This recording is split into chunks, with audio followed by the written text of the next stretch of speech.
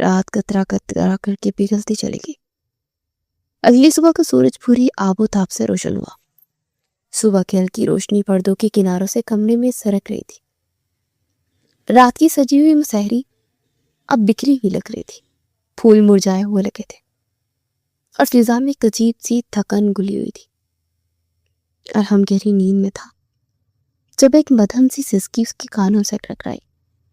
پہلے اس نے کروٹ بدلی اور آواز کو نظر انداز کرنے کی کوشش کی، جیسے یہ سب اس کے خواب کا حصہ ہو، مگر سسکیوں کی آواز قریب آتی گئی، واضح ہوتی گئی۔ اس نے آہستہ سے آنکھیں کھولی، پیشانی پر بل لائے اور پھر کروٹ لے کر سامنے دکھا تو نمرا بیڈ کے کنارے بیٹھی تھی، گھٹنے سمیٹے، چہرہ دونوں ہاتھوں میں چھپائے، رو رہی تھی۔ اس کے کندھے ہلکے ہلکے ہل رہے تھے۔ ارحم فوراً اٹھ کر بیٹھ گیا، نیند کا اثر چہرے سے غائب ہو گیا۔ کیا بات ہے؟ اس کی آواز بھاری مگر سیدھی تھی۔ کیوں رو رہی ہو؟ وجہ بتاؤ۔ نمرا نے سر اٹھایا، آنکھیں سرخ تھی، چہرہ سوجا ہوا تھا۔ اسے ایک لمحہ اسے دیکھا، پھر نظریں ہٹا لی۔ مجھے آپ کو کوئی وجہ نہیں بتانی۔ اس کی آواز میں کپ کپاہٹ تھی مگر الفاظ صاف تھے۔ مجھے اس گھر کو چھوڑ کے جانا ہے۔ ارحم کے چہرے کے تاثرات سخت ہو گئے۔ کیا مطلب؟